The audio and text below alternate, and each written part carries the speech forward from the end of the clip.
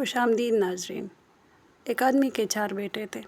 وہ چاہتا تھا کہ اس کے بیٹے یہ سبق سیکھ لیں کہ کسی کو پرکھنے میں جلد بازی کا مظاہرہ نہ کرے۔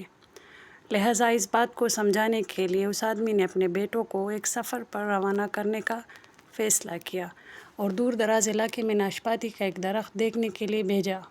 ایک وقت میں ایک بیٹے کو سفر میں بھیجا کہ جاؤ اور اس درخت کو دیکھ کر آ جاؤ۔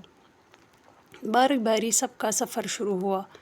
پہلا بیٹا سردی کے موسم میں گیا، دوسرا بہار میں، تیسرا گرمی کے موسم میں اور سب سے آخر والا چھوٹا بیٹا خزاں کے موسم میں گیا۔ جب تمام بیٹے اپنا اپنا سفر ختم کر کے واپس آئے تو اس آدمی نے اپنے 4 بیٹوں کو ایک ساتھ طلب کیا اور سب سے ان کے سفر کی الگ الگ تفصیل کے بارے میں پوچھا۔ پہلا بیٹا جو جاڑے کے موسم میں اس درخت کو دیکھنے کے لیے گیا تھا، اس نے کہا، ابا جان، وہ درخت بہت بدصورت، جھکا ہوا اور ٹیڑھا سا تھا۔ دوسرے بیٹے نے کہا، اے والد محترم، وہ درخت تو ہرا بھرا تھا، ہرے بھرے پتوں سے بھرا ہوا تھا۔ تیسرے بیٹے نے ان دونوں بھائیوں سے اختلاف کیا کہ وہ درخت تو پھولوں سے بھرا ہوا تھا اور یہ کہ اس سے حسین منظر پہلے کبھی دیکھا ہی نہیں تھا۔ سب سے چھوٹے بیٹے نے کہا کہ ناشپاتی کا درخت تو پھل سے لدا ہوا تھا اور ان پھلوں کے بوجھ کی وجہ سے وہ درخت زمین پر لگا ہوا تھا اور زندگی سے بھرپور نظر آ رہا تھا۔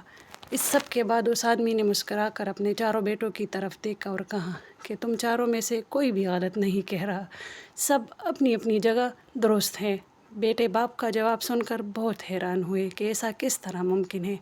باپ نے اپنی بات جاری رکھتے ہوئے کہا کہ میرے بیٹو، تم کسی بھی درخت یا آدمی کو صرف ایک موسم یا ایک حالت میں دیکھ کر کوئی حتمی فیصلہ نہیں کر سکتے۔ کسی فرد کو جانچنے کے لیے تھوڑا وقت ضروری ہوتا ہے۔ انسان کبھی کسی اور کیفیت میں ہوتا ہے تو کبھی کسی اور کیفیت میں۔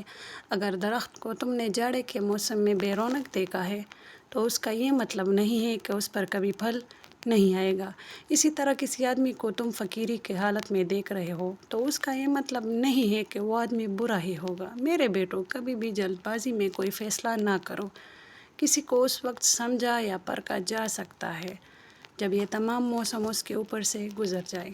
اگر تم سردی کے موسم میں ہی اندازہ لگا کر نتیجہ اخذ کر لو گے تو گرمی کی ہریالی، بہار کی خوبصورتی اور بھرپور زندگی سے لطف اندوز ہونے سے رہ جاؤ گے۔